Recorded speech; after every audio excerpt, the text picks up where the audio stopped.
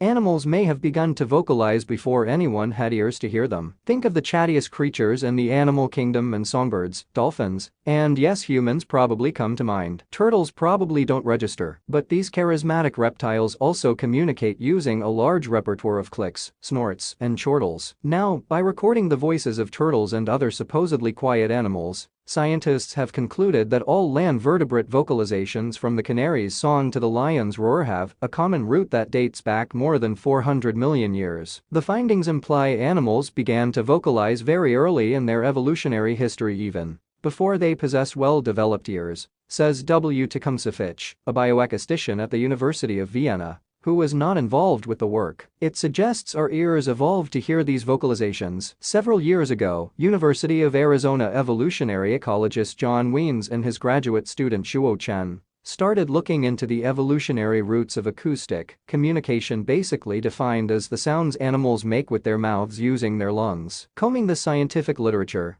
the duo compiled a family tree of all the acoustic animals known at the time, eventually concluding such sound-making abilities arose multiple times in vertebrates between 100 million and 200 million years ago. But Gabriel Georgievich Cohen, an evolutionary biologist at the University of Zurich, noticed an oversight. Turtles. Though Wiens and Chen had found that only 2 of 14 families of turtles made sounds, he was finding a lot more. He spent 2 years recording 50 turtle species in the act of speaking. Microphones in hand, Georgievich Cohen and his colleagues had also discovered acoustic vocalizations in 3 other creatures not known to do so: a legless amphibian called a caecilian, a lizard-like New Zealand reptile called a tuatara, and lungfish, a freshwater, air-breathing fish that is considered to be the closest living relative of land animals. They really were able to get some very unusual recordings from some very unusual species, says Fitch, who studies the evolution of speech. Of the 53 species Georgievich Cohen's team recorded, the star was the South American wood turtle Rhinoclomys punctularia,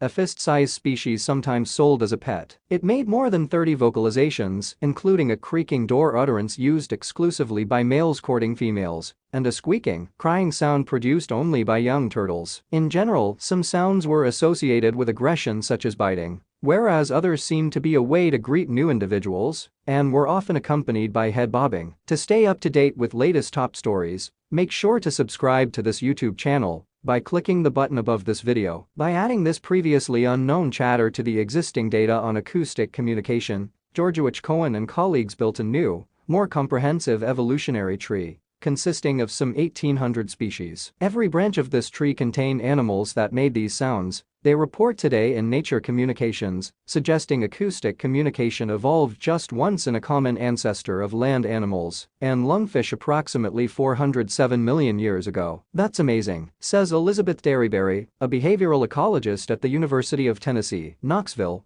who was not involved with the work. It suggests that acoustic communication evolved in concert with lungs. The work could help scientists trace the evolution of communication in our own species, adds Anthony Russell, an emeritus evolutionary biologist at the University of Calgary. But he expects the new findings to draw controversy. The researchers assume other animals are listening and responding to the vocalizations they recorded in many of the quieter species. But such an assumption is, at best, very bold, he says. It could be that no one pays any attention to these noises. Georgievich Cohen is already working on that problem. He is presently documenting how turtles and other quieter species use these sounds. He also wants to compare the sounds of land vertebrate and lungfish with those of other fish to see whether the acoustic evolutionary tree extends even further back in time. Do we share the ability of sound production with some groups of fish? He asks. If yes, the origins of acoustic communication must be much older than what we hypothesize.